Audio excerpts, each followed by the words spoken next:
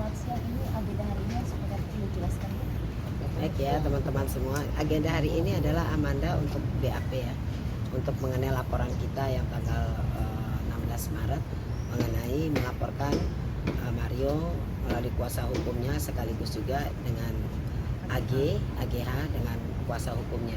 Laporan kita pada saat ini dimulai memang dari pasal 310, 311 mengenai pencemaran nama baik ya, gitu ininya dari kita. Dan kemungkinan dari hasil pemeriksaan BAP ini ya kita berharap dapat ada jalan keluarnya untuk Amanda supaya mereka menyadari kekeliruan mereka yang melalui media-media yang pada saat dulu itu sudah terlalu di blow up. Jadi kita melampirkan bukti-bukti kita yang mungkin nanti kita sampaikan juga melalui teman-teman. Ada bukti di media yang kita inikan dari juga penasihat hukum dari AGH juga ada di IG-nya, juga ada juga melalui di TV One ya, kemudian juga ada beberapa media lah, baik media elektronik, media cetak semuanya sudah kita kumpulkan dokumen-dokumen itu sebagai pembuktian kita. Jadi pintu masuknya sebenarnya di sini Mbak, jangan menjadi suatu salah persepsi. Ini kan dari dalam rangka penyidikan. Kalau lagi penyidikan pada saat itu, nih sekarang kan sudah selesai Mbak penyidikannya. Lagi pada saat penyidikan itu seharusnya kuasa hukum itu tuh pasif. Dia lebih banyak mengambil uji materi mengenai bukti-bukti apakah yang dibuat di dalam BAP oleh kliennya itu ada dasar hukumnya kan gitu. Jadi bukannya memblow up melalui ke media-media menyudutkan yang Amanda sebagai pembisik, dan di situ pintu masuknya kita. Jadi dia mencemarkan nama baik ini melalui menggunakan media, bukan media yang menulis, tapi media kan menulis berdasarkan fakta dari keterangan-keterangan yang diberikan melalui pers. Kita udah baca detail semua berita-berita yang mereka waktu itu siarkan. Kita merasa juga kita masuk kena pasal pencemaran nama baik karena tidak ada korelasinya, selalu di blow up yang rating mulai dari tanggal sekitar 25 sampai tanggal kemarin ya, sampai minggu lalu ya, setelah kita LP di tanggal 16 Maret itu kan mulai mereda gitu istilahnya. Jadi tidak ada lagi cuitan-cuitan yang menyudutkan dari Amanda sebagai pembisik. Ya kan waktu itu kita udah ketahui bahwa di pasal 55 juga ayat 1 itu menyatakan sebagai seorang provokator itu ada kriterianya, ada unsur yang harus dipenuhi. Tidak boleh menuduh seseorang itu semena-menanya. Nah, itu makanya laporan kita dengan bukti-bukti itu sudah diperiksa. Kemarin Jumat kemarin kita kuasa hukum sudah memberikan keterangan juga kepada penyidik. Sekarang Amanda BAP mengenai semua kronologis kejadian mulai dari tanggal 24 ya, mulai diisukan saat itu sebagai pembisik dari melalui Polres Selatan. Sampailah bergulir di 2 Maret ya kita BAP ya. Nah, kok BAP memberikan keterangan sebagai saksi. Nah, sampai kemudian bergulir dengan media-media itu mungkin awalnya yang kita jelaskan. Jadi mungkin teman-teman nanti kita akan berikan kok apa sih kira-kira bukti yang kita punya ya, yang kita pasalkan dan apa kerugian moral dan material itu yang kita berikan di Polda ini. Tadi kerugian moralnya adalah Amanda di kuliah juga sempat dipertanyakan, dapat pemanggilan, kemudian juga terpaksa menutup IG-nya semuanya ke publik sebagai ada side job-nya. Amanda kan ada sebagai influencer, itu sangat terganggu sehingga menutup karena dari pertama tuh cercaan itu malah terbalik, miskom, banyak miskom semua. Dan kemudian Amanda merasa tertekan karena merasa kok tertuduh dan kenapa kok MDS melakukan itu seperti itu kepada dia. Tapi saya berpikir gak usah khawatir, kan kita udah tahu hasil penyidikan MDS ini dengan AGH ini kan banyak bohongnya, udah dibilangin dari keterangan dari Polsek aja udah beda, Polres beda, ini beda. Kan teman-teman juga udah lihat hasil rekonstruksi, bilang tidak ada di TKP padahal ada, bilang ada ini begini gitu. Jadi dalam hal itu kita juga berpikir ya pasti tega-tega aja dia melibatkan Amanda memasukkan ke dalam BAP-nya dalam semuanya itu. Untuk itulah diperlukan untuk rehabilitasi nama baik Amanda, lebih bagus adalah dilaporkan karena secara kampus juga sudah menyetron dan lingkungan rumah ya, rumah tinggal itu sudah juga mempertanyakan ini kenapa begini. Jadi kan seolah-olah persepsi dari publik itu lingkungan baik kampus memang sebagai pembisik terlibat pemicu tadi itu ya, makanya kita perlu luruskan melalui jalur hukum dan media nih. Amanda diperiksa sekarang, itu intinya. Kalau material ya tentunya dengan ditutupnya IG-nya Amanda sebagai influencer kan sedikit-sedikit kan juga tidak bisa lagi ini ya sebagai ini ya pendapatannya ya ada juga, dan yang lain juga ada lah. Amanda juga ada sebagai side job-nya, itu semua tertutup sekarang. Kemudian Maret dan Maderu udah kita sampaikan semua. Amanda sekarang secara lisan langsung menyampaikan. Itu mungkin teman-teman. Kalau dari bukti-bukti boleh disampaikan Bu, boleh dijelaskan buktinya apa? Berkas kita di dalam ya, itu ada IG-nya kalau kita boleh bilang ya, terus terang aja. Jadi pertama kali itu pihak Amanda ini kan dihubungin oleh penyidik Polres Selatan, ya kan gitu ya. Polres Selatan itu melalui telepon untuk datang, bukan pemanggilan saksi. Nah, pakai telepon ini sudah pakai teleponnya Manganta, lawyernya daripada AGH. Jadi begitu ibunya Amanda mengetahui pas besoknya, pas dicek apa namanya, kita cek apa namanya HP itu, Pakai apa namanya kalau yang bisa get kontak itu, ternyata tertulis ada di situ Manganta. Loh, kok saya lihat di sini kan saya sebenarnya nggak boleh, Mas. Itu satu peraturan, Mbak ya, suatu peraturan yang selama proses dalam pemanggilan saksi, ini kan saksi, itu mestinya pihak penasihat hukum itu tidak boleh terlalu proaktif sampai ke situ, sampai mencarikan teleponnya manajernya Amanda, kemudian dapat, kemudian menelpon, baru dipanggil oleh penyidik, dan tidak pakai telepon penyidik langsung. Dari situ aja, terus kemudian Manganta keluar di IG-nya Amanda bukan Agnes, APA bukan AGH. Terus apa lagi kata-katanya di sana? Bukan Amanda yang AGH yang pembisik gitu ya, tapi APH gitu. Jadi sudah mulai menyebutkan sebuah inisial nama di walaupun mungkin saya dengar sudah ditutup ya sementara ini ya, sudah ditutup oleh siapa, lawyernya AGH.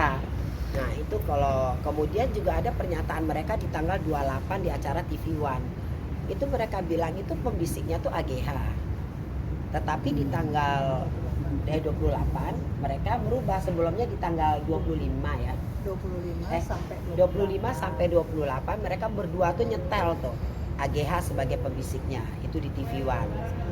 Tapi pada tanggal 2 Maret nah mereka berubah menjadi APA.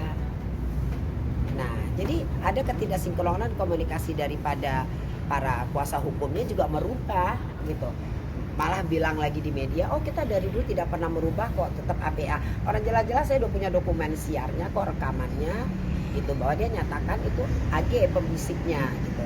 Dan kita juga punya bukti-bukti chat ya. Jadi kan dibilang di sini tanggal 30 ada pertemuan Amanda dengan MDS, itu sebenarnya memang ada pertemuan, udah dijelaskan dalam BAP, dan kita kan mendengar ya dari keterangan Bapak Dirkrim Hukum bahwa Amanda tuh belum ditemukan ikut sebagai pelaku daripada pembisik itu.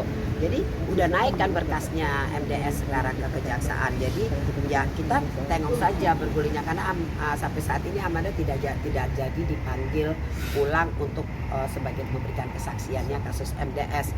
Jadi mungkin cukup dianggap keterangan-keterangan yang dari Polres yang pada 2 Maret itu ya. Cukup di situ Amanda kan sudah menjelaskan semuanya, baik chat-chat yang ada. Jadi kan tentu penyidik sudah sangat sangat paham sekali, dan memang sudah tahu apakah ada Amanda terlibat atau tidaknya dari chat tersebut. Semuanya kan sudah ada, karena kan HP-nya MDS, HP-nya David, HP-nya AGH, sama HP-nya korban juga ini anak kecil ini kita David gitu, udah ada semua kan. Dan jadi kalau ada pertalian dengan chatnya dari pihak Amanda itu semuanya udah ada. Ini juga kita sampaikan kembali, kita juga print semua chat-chat yang ada. Malah banyak nasihat dari Amanda ya, dari chatnya kepada teman-teman di situ. Jadi memang ada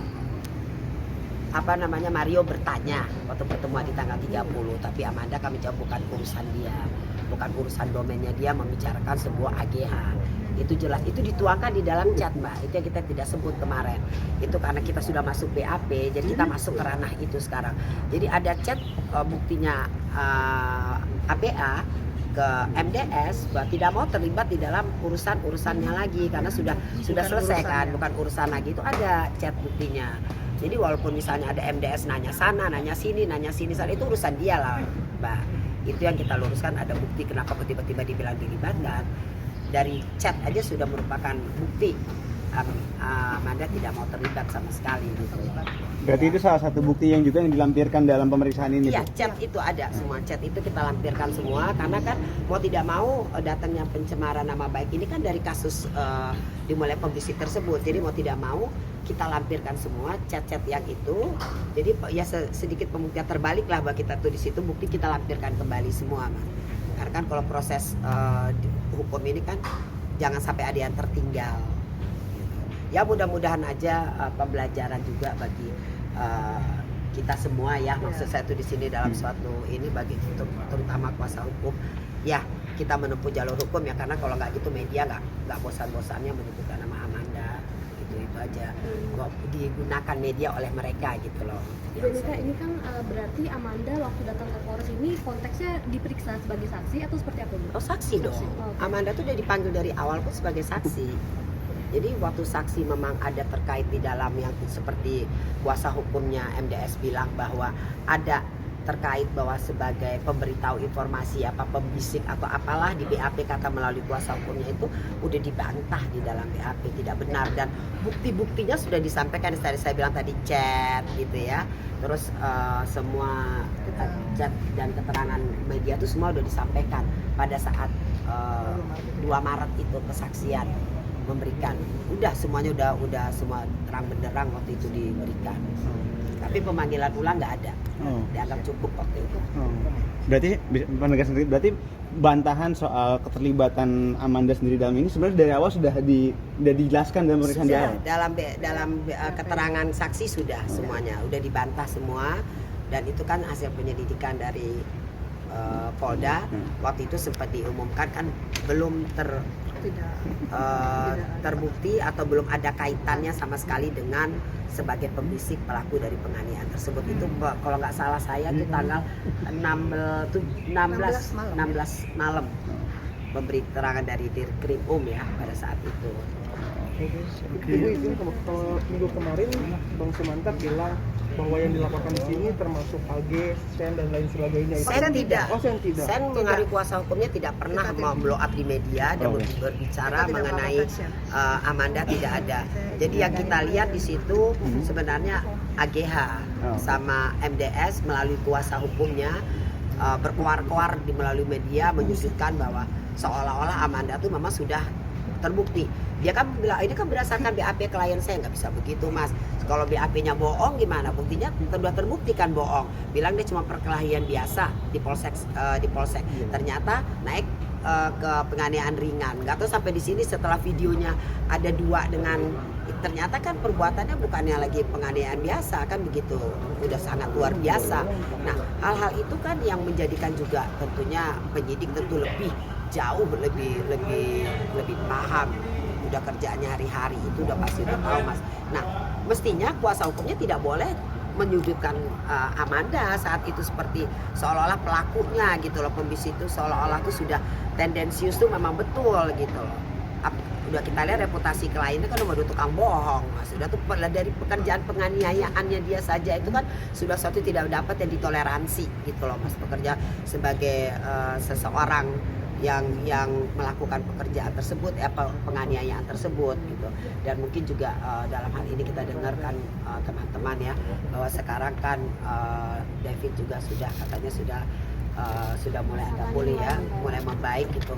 Ya kita memang seterusnya dengan keluarga prihatin dengan sangat dengan menimpa saudara anak David, yang mudah-mudahan diberikan kemudahan oleh Allah ya, supaya kesembuhan dan kembali normal, karena kan tentu membutuhkan waktu lama recovery, itu pasti teman juga tahu lah membutuhkan recovery.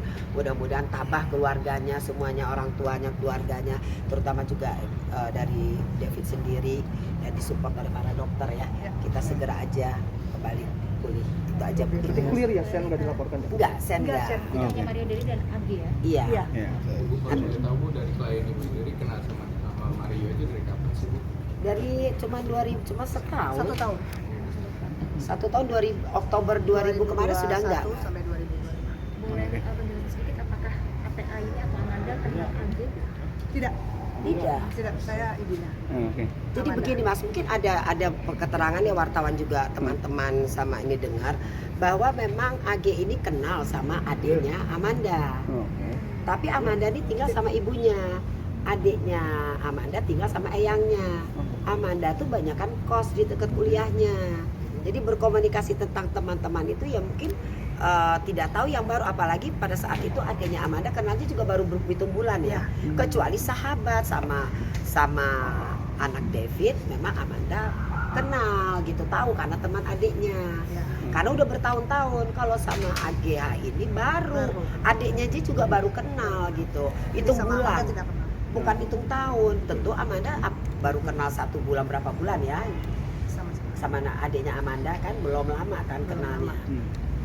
Itu yang perlu diluruskan juga. Kan selalu dikait-kaitkan bahwa adiknya Amanda adalah teman daripada Devi, seolah-olah dengan AGH pun jadi wajib kenal gitu seolah-olah.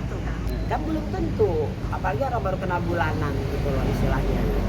Bu, Tempat tinggal yang berbeda. oke. Ini penegasan sedikit. Tadi kan disebutkan kalau di sini bantahan dari pihak Amanda sendiri tidak ada keterlibatan dan di sini cenderung tendensius gitu. Sebetulnya sebelumnya sempat ada permasalahan pribadi nggak sih Bu antara Amanda dengan MDS sendiri Bu sebelumnya Bu, sampai akhirnya mungkin dalam tanda kutip mengkait-kaitkan dalam peristiwa ini? Sebetulnya putusnya itu apa yang namanya kita pacaran, putus biasalah, ketidakcocokan. Ya kan, kalau untuk masalah dendam enggak. Buktinya di tanggal 30 Amanda masih mau menerima MDS datang ke tempat kumpul-kumpulnya Amanda. Kan berarti kan tidak ada masalah. Jadi hanya teman biasa sholat. Oke, siap. Dan tidak ada juga maksudnya pembahasan soal AGH Tidak sendiri sama ya? sekali. Tidak mention, satu kata pun tidak mention. Justru kan tadi ada chatnya dari Amanda buktinya bahwa tidak apa namanya tidak no comment, tidak mau membicarakan hubungan daripada MDS dengan yang baru. Gitu juga Amanda juga tidak mau diungkit lagi hubungan Amanda dengan teman barunya. Jadi sebagai teman sih oke-oke aja.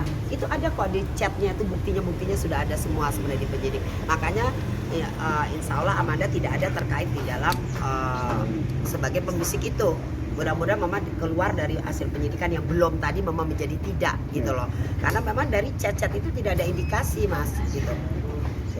Ada lagi teman-teman? Nah, yuk, terima kasih Bu.